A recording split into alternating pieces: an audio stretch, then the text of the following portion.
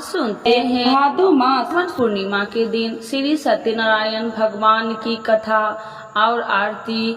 तो एक बार बोलिए प्रेम से विष्णु भगवान की जय, लक्ष्मी माता की जय। यह कथा सुनने से दुख शोक आदि को दूर करने वाला है, धन्य धान्य को बढ़ाने वाला, सौभाग्य तथा संतान को देने वाला है। प्रथम अध्याय। एक समय की बात है, नैशिरण्य तीर्थ में शौनकादि 88,000 ऋषियों ने श्री सूत जी से पूछा, हे प्रभु, इस कलयुग में वेद विद्या रहित मनुष्य को प्रभु भक्ति किस प्रकार मिल सकती है तथा उनका उद्धार कैसे होगा। इसलिए हे मुनि श्रेष्ठ, कोई ऐसा व्रत कहिए जिससे थोड़े समय में पुण्य प्राप्त होवे तथा मन वांछित फल मिले। ऐसा कथा सुनने की हमारी इच्छा है। सर्वशास्त्र ज्ञाता सूत जी बोले, हे वैष्णव, मैं पूज्य आप सबने सर्व प्राणियों के हित की बात पूछी है। अब मैं उस श्रेष्ठ व्रत को आप लोगों से कहूँगा जिस व्रत को नारद जी ने लक्ष्मी नारायण से पूछा था। एक समय योगी राज नारद जी दूसरे के हित की इच्छा से अनेक लोकों में घूमते हुए मृत्यु लोक में आ पहुँचे। वहाँ बहुत योनियों में जन्मे हुए प्रायः सभी मनुष्यों को अपने कर्मों के द्वारा अनेक दुखों से पीड़ित देखकर सोचा कि किस यत्न के कारण से निश्चय ही इनके दुख का नाश हो सकेगा। नारद ऐसा मन में सोचकर विष्णु लोक को गए। वहाँ श्वेत वर्ण और 4 भुजा वाले देवों के इस नारायण को, जिनके हाथ में शंख चक्र गदा और पद्म थे तथा वरमाला पहने हुए थे, देखकर स्तुति करने लगे। हे भगवान, आप अत्यंत शक्ति से संपन्न है, मन तथा वाणी भी आपको नहीं पा सकती। आपका यदि मध्य और अंत नहीं है, निर्गुण स्वरूप सृष्टि के कारण भूत व भक्तों के दुखों को नष्ट करने वाले हो, आपका मेरा नमस्कार है। नारद जी से इस प्रकार की स्तुति सुनकर विष्णु भगवान बोले, हे मुनि श्रेष्ठ, आपके मन में क्या है? आपका यहाँ किस काम के लिए आगमन हुआ है? निसंकोच कहो। तब नारद मुनि बोले, मृत्यु लोक में सब मनुष्यों को अनेक योनियों में पैदा हुआ है।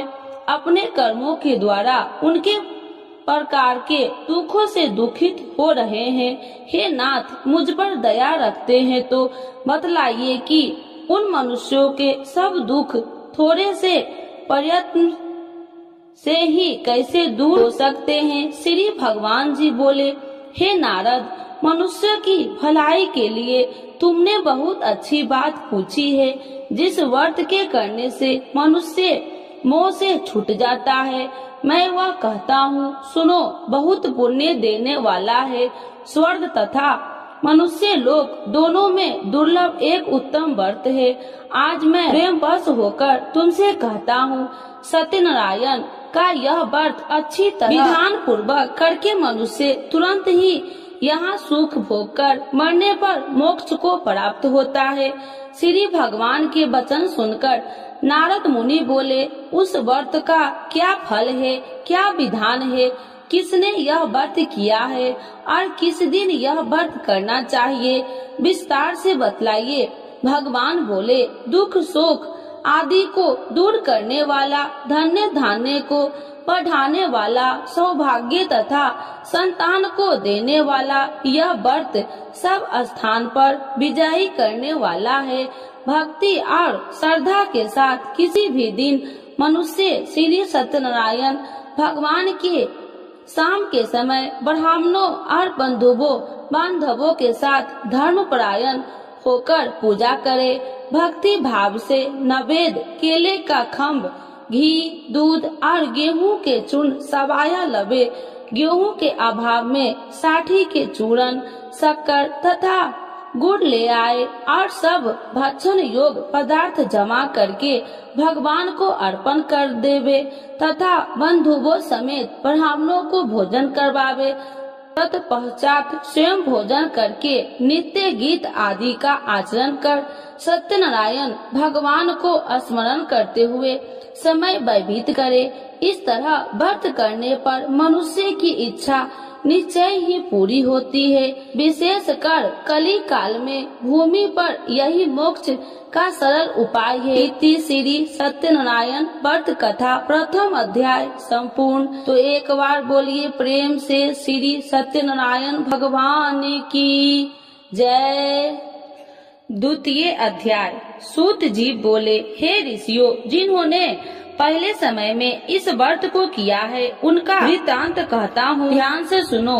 सुंदर काशीपुरी नगरी में अति निर्धन ब्राह्मण रहता था। वह भूख और प्यास से बेचैन हुआ नित्य ही पृथ्वी पर घूमता था। ब्राह्मणों से प्रेम करने वाले भगवान ने ब्राह्मण को दुखी देखकर बूढ़े ब्राह्मण का रूप धरकर उसके पास जा आदर के साथ पूछा, हे वृद्ध, नित्य दुखी हुआ पृथ्वी पर क्यों घूमता है?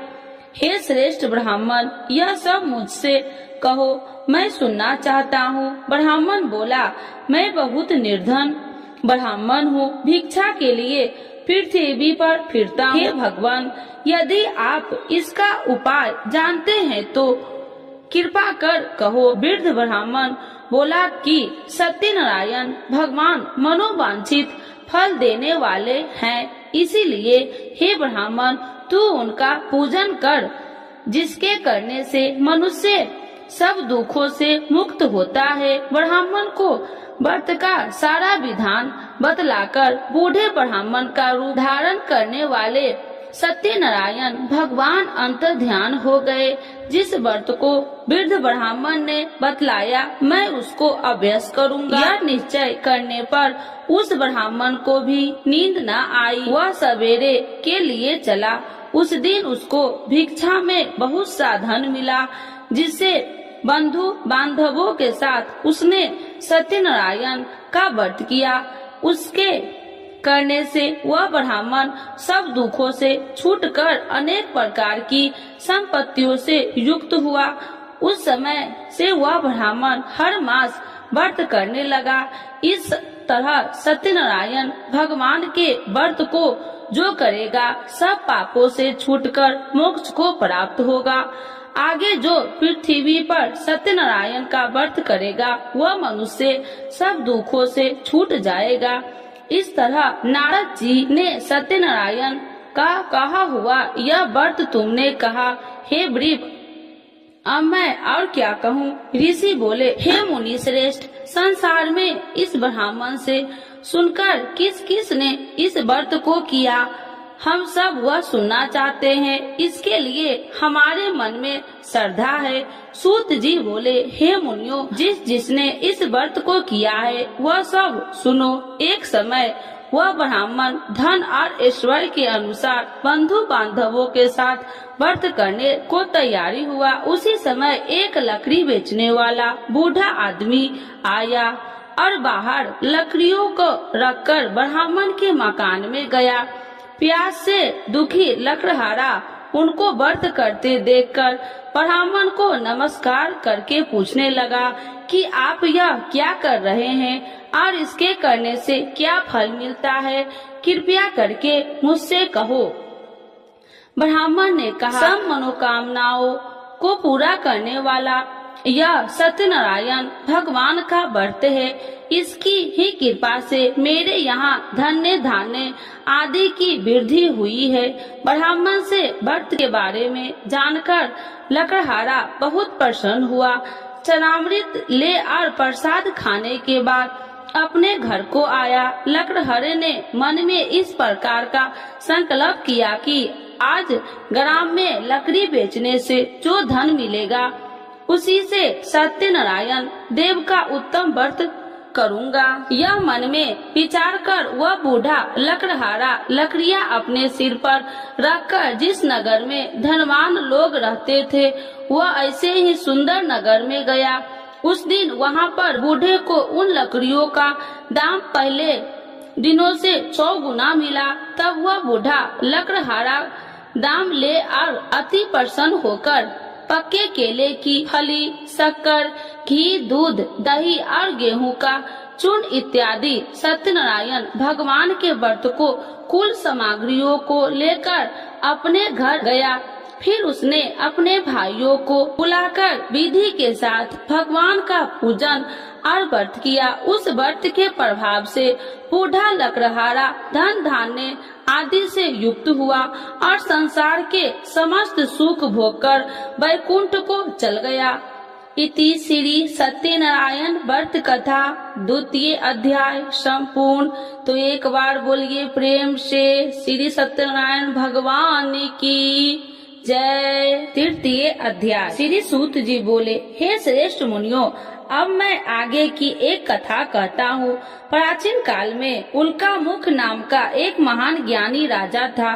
वह जितेंद्रिय और सत्यव्रता था। प्रतिदिन मंदिरों में जाता तथा गरीबों को धन देकर उनके दुख दूर करता था। उसकी पत्नी कमल के समान सुंदर मुख वाली और सती साध्वी थी। एक दिन भद्रशिला नदी के तट पर वे दोनों विधि विधान से सहित श्री सत्यनारायण भगवान का व्रत कर रहे थे।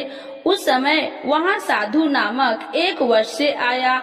उसके पास व्यापार के लिए बहुत सा धन था। वह वैश्य नाम को नदी के किनारे पर ठहराकर राजा के पास आया। राजा को व्रत करते हुए देखकर उसने विनय पूर्वक पूछा, हे राजन, यह आप क्या कर रहे हैं? मेरी सुनने की इच्छा है, कृपया आप यह मुझे भी समझाइए। महाराज उल्कामुख ने कहा, हे साधु वैश्य, मैं अपने बंधु बांधवों के साथ पुत्र की प्राप्ति के लिए श्री सत्यनारायण भगवान का व्रत व पूजन कर रहा हूँ। राजा के वचन सुनकर साधु नामक वैश्य ने आदर से कहा, हे राजन, मुझे भी इसका संपूर्ण विधि विधान बतलाइए। मैं भी आपके कहे अनुसार इस व्रत को करूँगा। मेरी भी कोई संतान नहीं है। मुझे विश्वास है कि इस उत्तम व्रत को करने से अवश्य ही मुझे भी संतान होगी। राजा से व्रत के सब विधान सुन व्यापार से नियुक्त हो वह वैसे सुख पूर्वक अपने घर आया।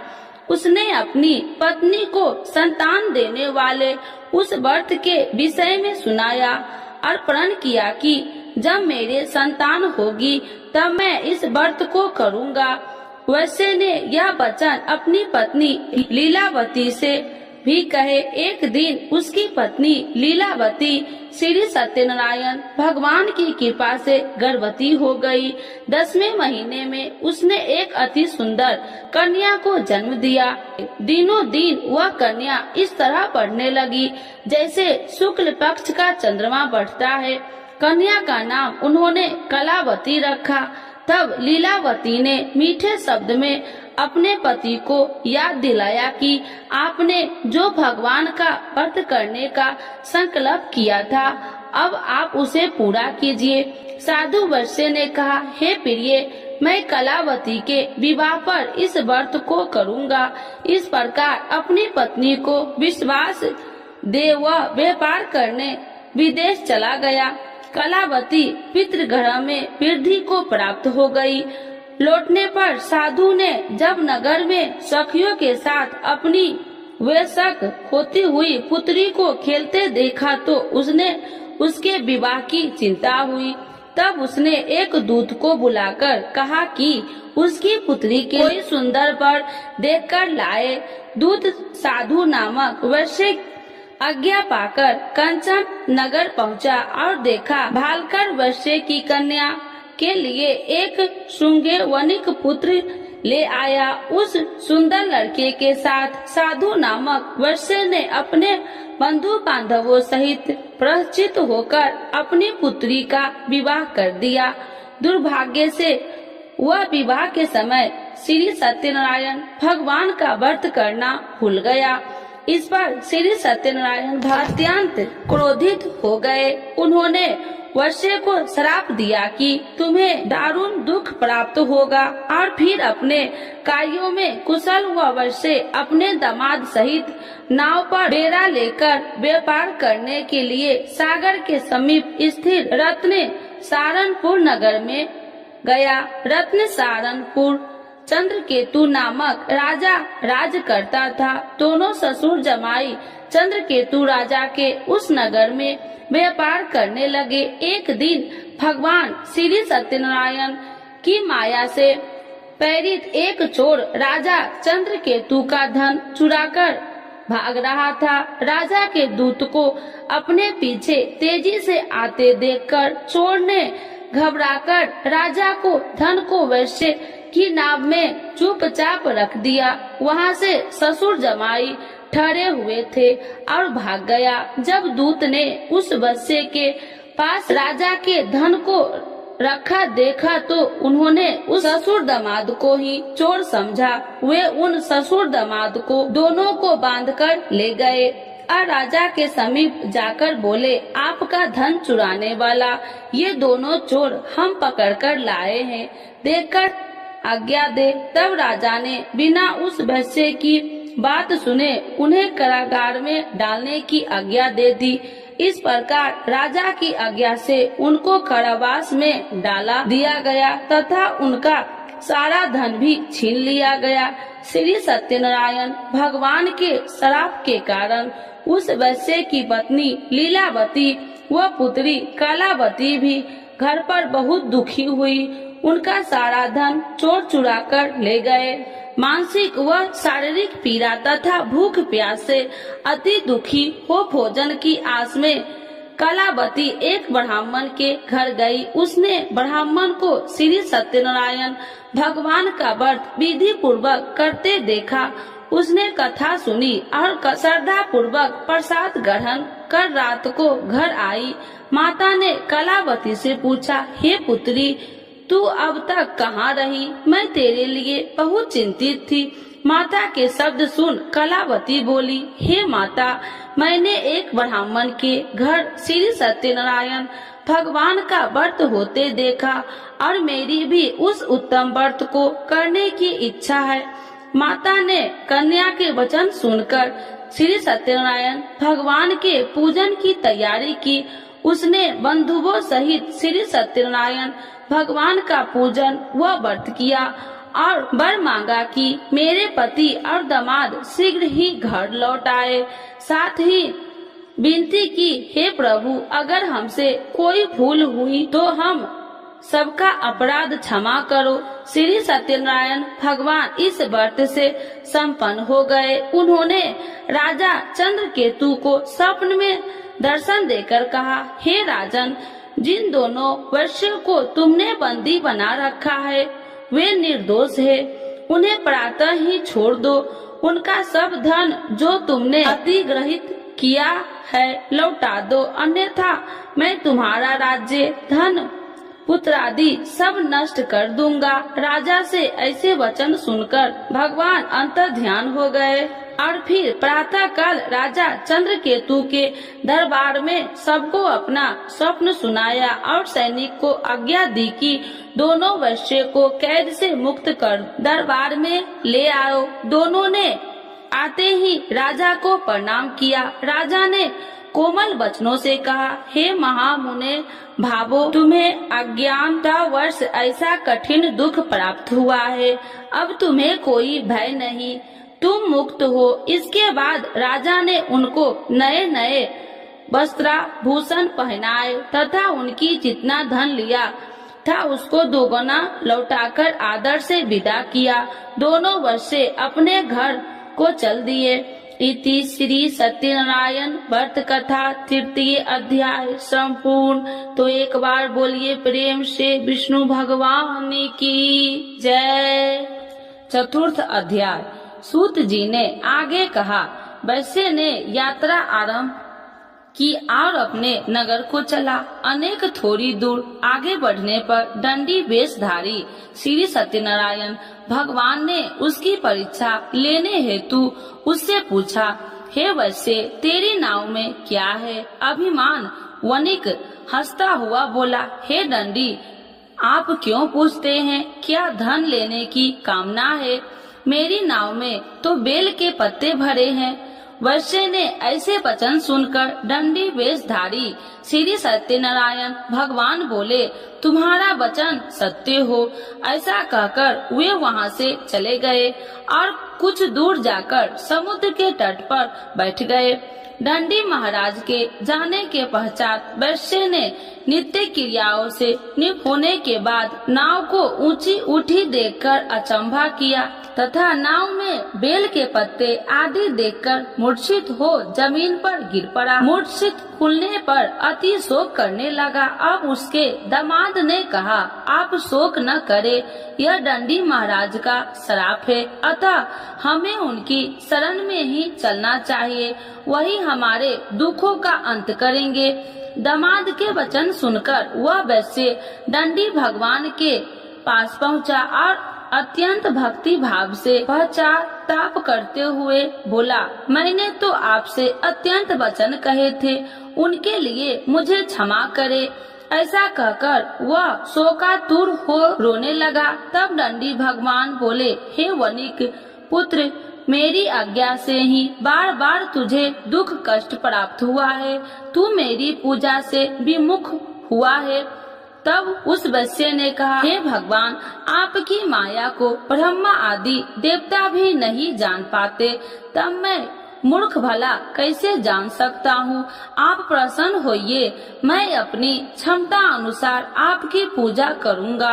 मेरी रक्षा कीजिए और मेरी नौका को पहले के समान धन से परिपूर्ण कर दीजिए। उसके भक्ति से परिपूर्ण वचन सुनकर श्री सत्यनारायण भगवान प्रसन्न हो गए और उसकी इच्छा अनुसार वर देकर अंतर्ध्यान हो गए। तब ससुर व दामाद दोनों ने नाव पर आकर देखा कि नाव धन से परिपूर्ण है। फिर वह विधि विधान से भगवान सत्यनारायण का पूजन कर साथियों सहित अपने नगर को चला। तब वह अपने नगर के निकट पहुंचा। तब उसने एक दूत को अपने घर भेजा। दूत ने साधु नामक वैश्य के घर जाकर उसकी पत्नी को नमस्कार किया और कहा, आपके पति अपने जमाता सहित इस नगर में समीप आ गए हैं। लीलावती और उसकी कन्या कलावती इस समय भगवान का पूजन कर रही थी। दूत का वचन सुनकर साधु की पत्नी ने बड़े हर्ष के साथ सत्यनारायण भगवान का पूजन पूर्ण किया और अपनी पुत्री से कहा, मैं अपने पति के दर्शन को जाती हूँ, तू पूजन पूर्ण कर शीघ्र आ जाना।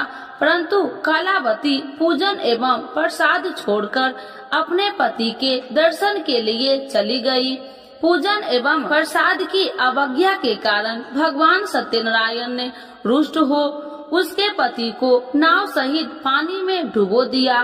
कलावती अपने पति को न पाकर रोती हुई जमीन पर गिर पड़ी। नौका को डूबा हुआ तथा कन्या को रोती हुई देख साधु नामक वैश्य द्रवित होकर बोला, हे प्रभु, मुझसे या मेरे परिवार से अज्ञानतावश जो अपराध हुआ है उसे क्षमा करे। उसके ऐसे वचन सुनकर सत्यदेव भगवान प्रसन्न हो गए।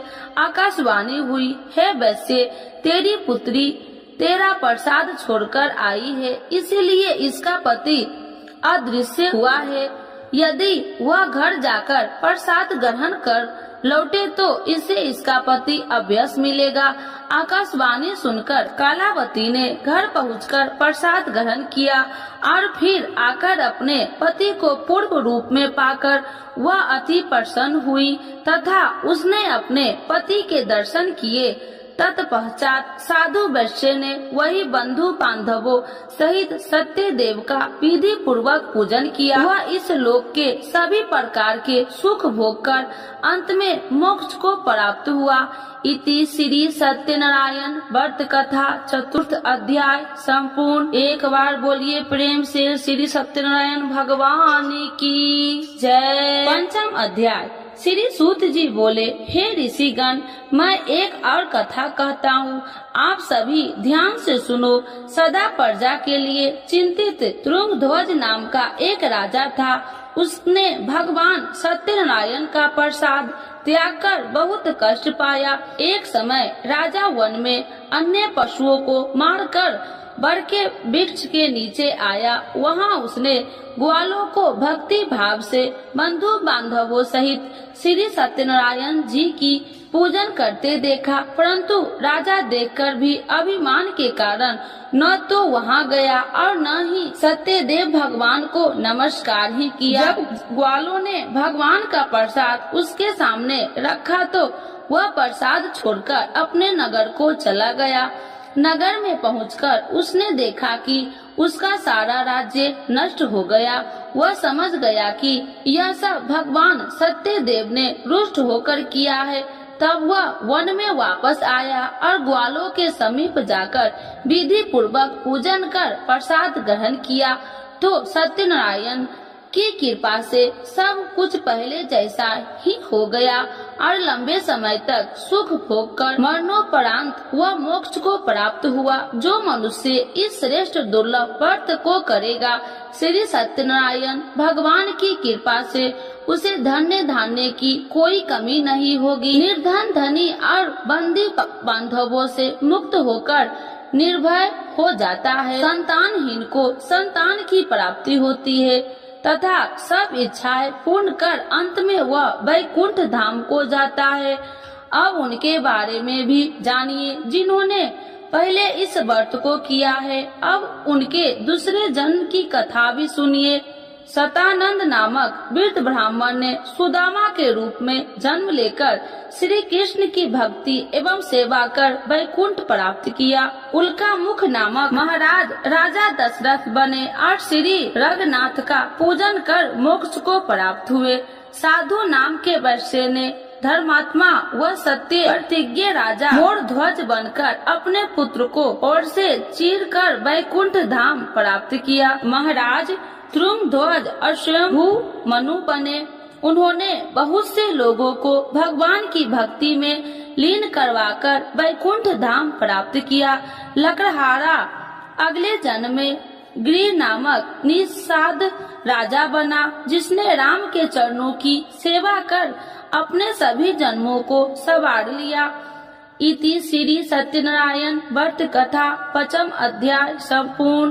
तो एक बार बोलिए प्रेम से भगवान श्री सत्यनारायण की जय। आरती श्री सत्यनारायण जी की जय। लक्ष्मी रमीना श्री जय लक्ष्मी रमीना सत्यनारायण स्वामी जनिपात की हरिना।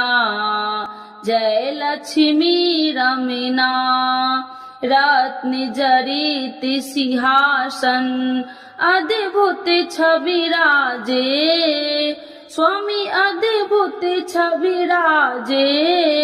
नारद करत निरंजन घंटा ध्वनि बाजे।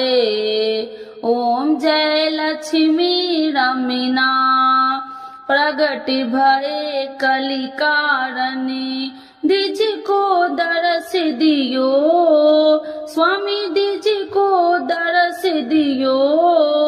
बूढ़ो ब्राह्मण बन कर कंचन महल कियो। जय लक्ष्मी रमीना दुर्लभ भील कठारो इन पर कृपा करी स्वामी इन पर कृपा करी। चंद चूर एक राजा जिनकी विपत्ति हरी। जय लक्ष्मी रमीना वैश्य मनोरथ पायो सरदा तज दिन्नी स्वामी सरदा तज दिन्नी।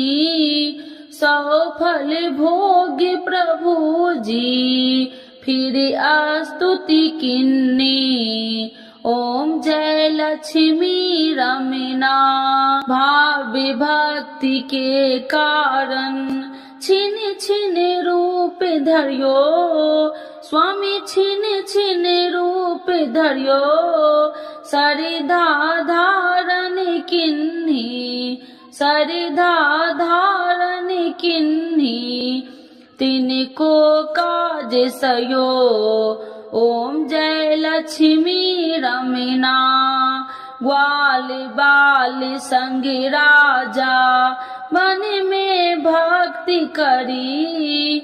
स्वामी बन में भक्ति करी मन वांछित फल दिन्हो दीन दयाल हरि। जय लक्ष्मी रमना चढ़त प्रसाद सबाय कदली फल में बा। स्वामी कदली फल में बा धूप दीप तुलसी से राजी सत्य देवा। ओम जय लक्ष्मी रमना। श्री सत्यनारायण जी की आरती जो कोई नर गावे। स्वामी जो कोई नर गावे कहत शिवानंद स्वामी मन वांछित फल पावे। जय लक्ष्मी रमना स्वामी जय लक्ष्मी रमना। श्री सत्यनारायण भगवान की जय। विष्णु भगवान की जय। सर्व देवी देवताओं की जय।